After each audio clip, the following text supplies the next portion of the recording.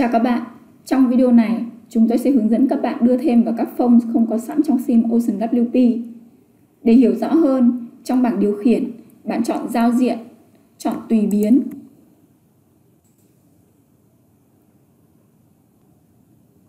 Mục Typography cho phép bạn đặt phông chữ cho các đối tượng trên website, như đặt phông chữ cho các tiêu đề, cho các đối tượng trong thực đơn, cho bài viết, vân vân. Giả sử trong phần nội dung của trang web, phông chữ ở đây đang ở chế độ mặc định.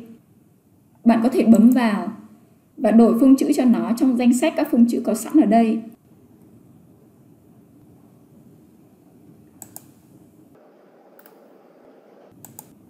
Sau khi chọn thì phông chữ trong phần nội dung của trang web đã được thay đổi. Bấm đăng. Tuy nhiên, có những lúc bạn muốn đưa vào trang web của mình những phông chữ chưa được cài đặt sẵn, tức là những phông chữ mà chưa có trong danh sách này. Bạn làm theo các bước sau đây. Đầu tiên, mở thư mục Child Theme của website của bạn.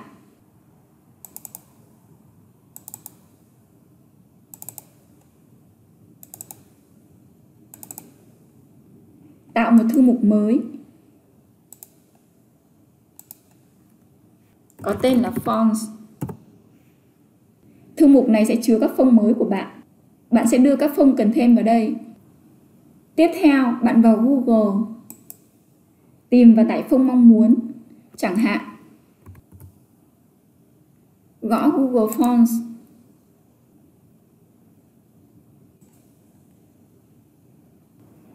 Bấm chọn vào phông chữ này. Bấm Download Family. Lưu lại file.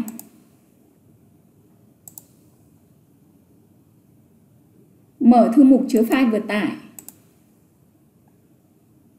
Giải nén nó ra.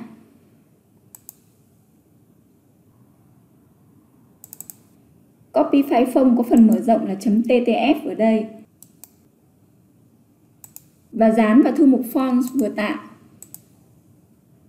trong Child Theme. Copy tên phông này lại. Mở file style.css bằng một chương trình soạn thảo văn bản. Và bạn gõ đoạn lệnh sau đây.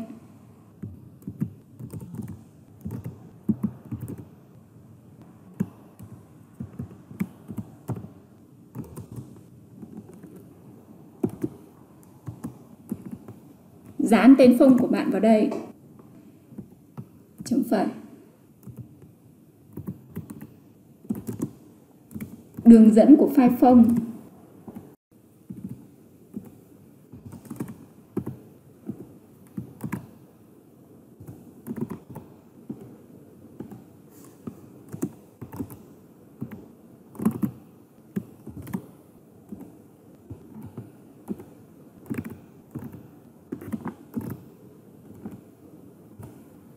Bấm lưu lại.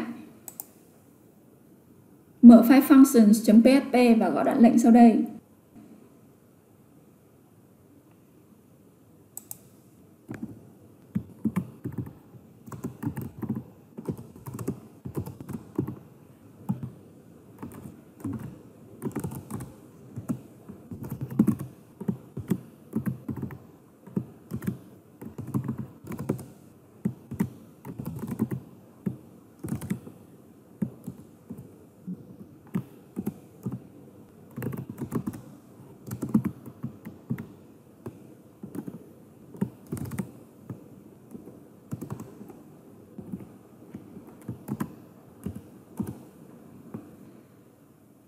Bấm lưu lại file.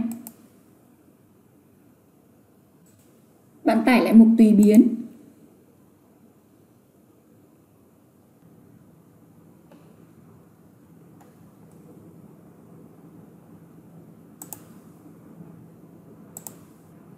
Và bấm chọn mục này.